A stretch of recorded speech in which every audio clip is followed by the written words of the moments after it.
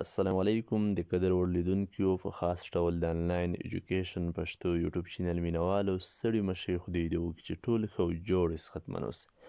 د قدر وړ لیدونکو په خاص ډول د انګلیسي ژبې زده کړې مینوالو ستاسو لپاره نن ورځ د انګلیسي په برخه کې موږ یوه ډیره مهمه زبردسته بهترینه ویډیو اپلوډ کړې ده. خدای دې وکړي چې نننۍ ویډیو هم ستاسو د خوښې وړ وګرځي. د انګلیسي په برخه کې نننۍ ویډیو چې ده په همدې کې موضوع چې ده هغه پروناون دی.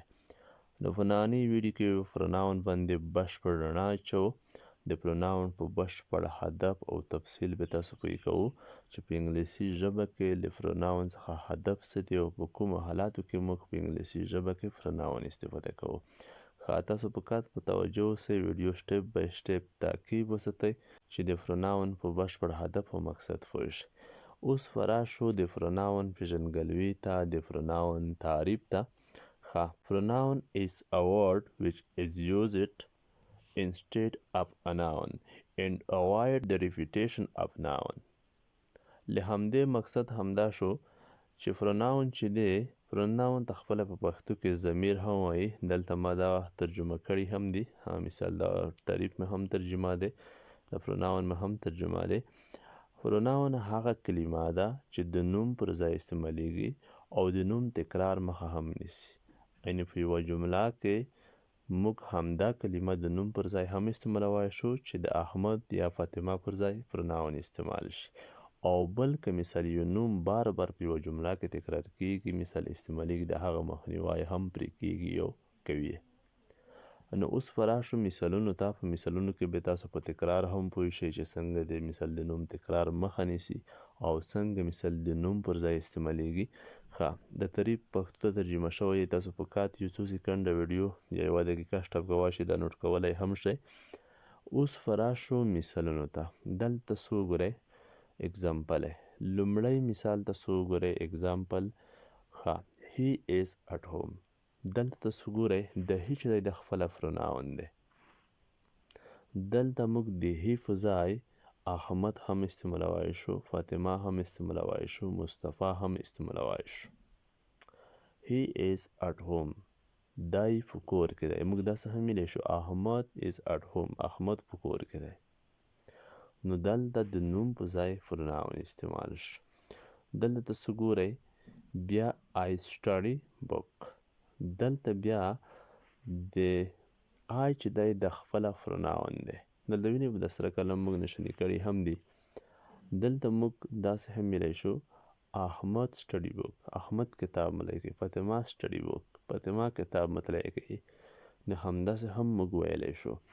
دلته بیا که موږ یو 2 یا 3 کسان ښیو، مثال یا له همدې هم زیات، د همغه په ځای هم موږ دلته پروناون استعمالوو.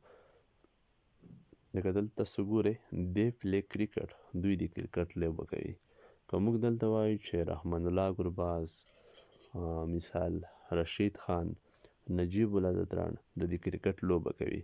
د 3 سره په ځای دلته یا مکمل ټیم موږ یادوو، د ټولو په ځای موږ دلته پروناون استعمالوو دی چې دا د ټولو نمایندګي کوي. دی پلی کرکټ. دا خو هغه د نوم په ځای د پروناون استعمال شو په جمله کې. اوس په همدې غږیږو چې د نوم تکرار مخه څنګه نیسي. مثال د یو نوم چې بار بار استعمال شي په جمله کې، هغه مخنیوی څنګه کوي.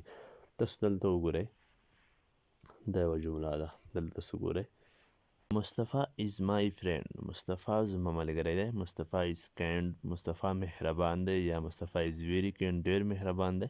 مصطفی help me، مصطفی زما سره مرسته کوي. دلته نوم چې دی 2-3 ځله تکرار شو.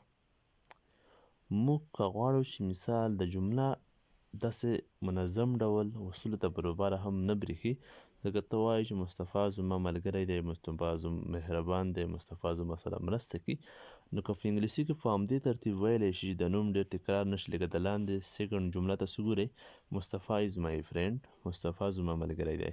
په دویم جمله چې کله بیا فایل کوو، دویمه خبره، بیا موږ به دلته پروناون شروع کوو. مثال پروناون نه فایل کو he is kind، دا ډېر مهربان دی. he help me، دا زما سره مرسته کو.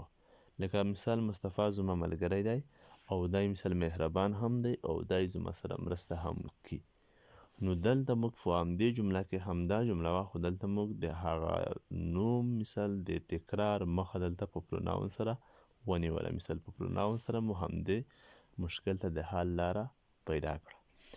نو پروناون چې دی لکه څنګه چې موږ په تعریف کې هم ویل چې پروناون د نوم پر ځای موږ په یوه جمله کې استعمالوو او بل په یوه جمله کې د یو نوم د تکرار مخه هم پرې نیسو، یا مثال مخه هم نیسي یا په نیول کېږي.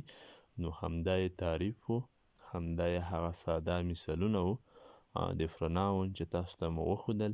نو خدای دې وکړي چې د پروناون په هدف او مقصد پوه شوي یاست. انشاءالله په پروناون کې نوره خبرې هم شته، د همدې مختلف ډولونه دي، قسمونه دي، په هغه به هم غږیږو، په هغه به نوره ویډیوګانې جوړوو، په هغه کې به تفصیل پویر کوو. خو نن فقط ویډیو همدې برخې لپاره ځانګړې شوې وه چې فقط د پروناون پېژندګلوي وکړو او د پروناون وپېژنو چې څه ته ویل کېږي او د پروناون څخه هدف څه دی، او په ډولونو او نورو قسمونو به یې په نورو ویډیوګانو کې خبرې کوو. بیا هله ښه وه، په خدای مې سپارلي یاست.